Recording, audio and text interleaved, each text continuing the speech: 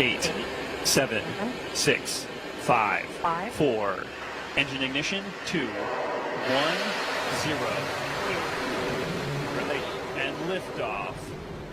As the countdown to Mars continues, the perseverance of humanity launching the next generation of robotic explorers to the Red Planet.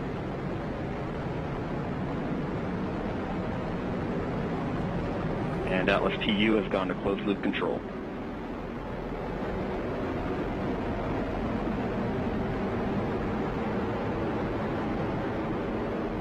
Coming up on 30 seconds into flight, the RD-180 is throttling down as expected. Engine response looks good. And Mach 1, Atlas 5 is now supersonic.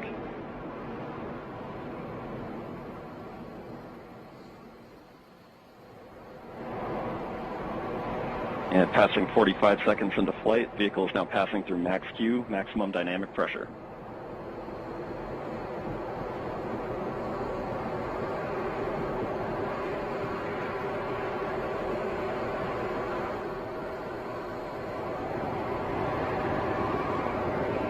And passing 1 minute into flight, the RD-180 is throttling back up as expected. Engine response looks good. At this time in flight, the SRB chamber pressures remain nominal. The RD-180 pump speed and fuel injector pressures are responding well to demands on the engine. Standing by for SRB burnout shortly.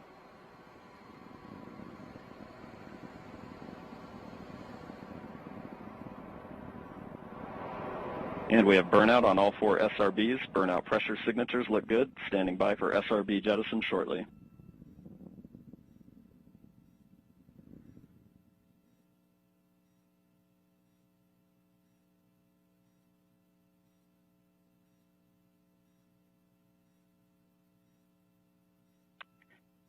And we have a good indication of SRB jettison of all 4 SRBs. And the vehicle has gone to closed loop guidance. Vehicle body rates are responding nominally at this time.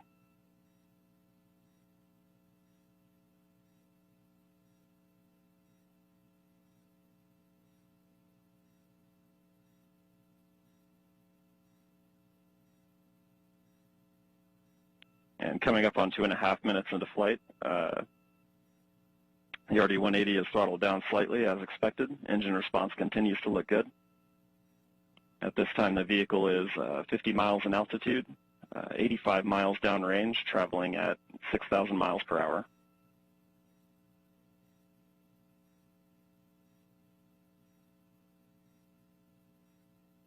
And the Centaur reaction control system is now pressurizing to flight levels.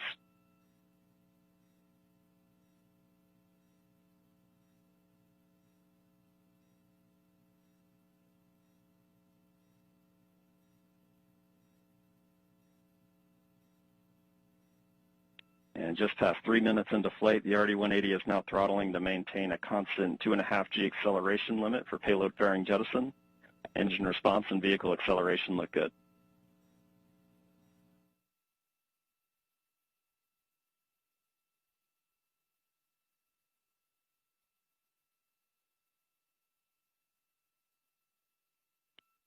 And we have good indication of payload fairing jettison and Centaur forward load reactor deck jettison.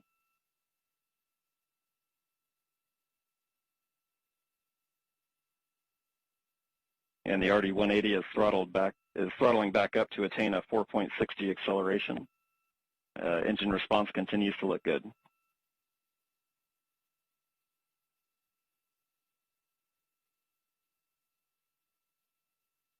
And Centaur has begun the boost phase chill down sequence to thermally condition the RL-10 for operation. Standing by for BECO shortly.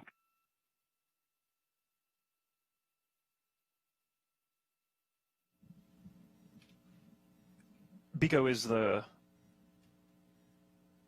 call for booster engine. And we have BECO, booster engine cutoff, standing by for stage separation.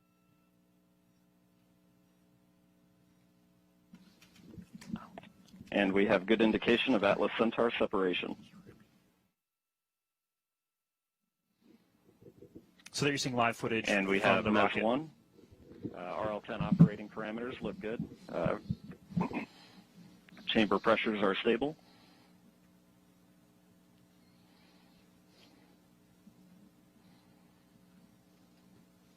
This will be the first of 2 burns for today's mission.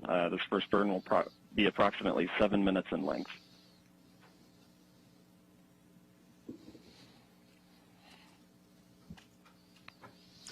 So, Mick, that's pretty exceptional footage there. That's live video. We will see that switch over shortly into an animation that kind of helps let us know what's happening with the rocket. But right there, a beautiful liftoff. Fun to feel that rumble in the building here as we proceed towards orbit and then towards Mars destination. Yeah, absolutely. It was great watching an on-time liftoff of the Atlas V with that little over 2 million pounds of thrust. Cleared the tower in roughly 5 seconds. Josh, you and I worked the InSight mission, and if you recall, that mission on the West Coast took about 17 seconds to get past tower. So with those 4 solids today, this thing really got out of here and on its way. It's, as we hear from Jesse, everything's looking nominal, and all vehicle parameters are within the design limits, and we're getting ready to come up on a main engine start for that first burn that Jesse was talking about. Yeah, so recapping this countdown to Mars, the stations began to be filled up this morning just after midnight. Preparations, fuelings, powering up, all the way through that liftoff that happened, I think, Mick, it wasn't precisely on time. I think you said it was like 10 milliseconds early, so it's pretty much dead on. Yeah, dead on. This team does a great job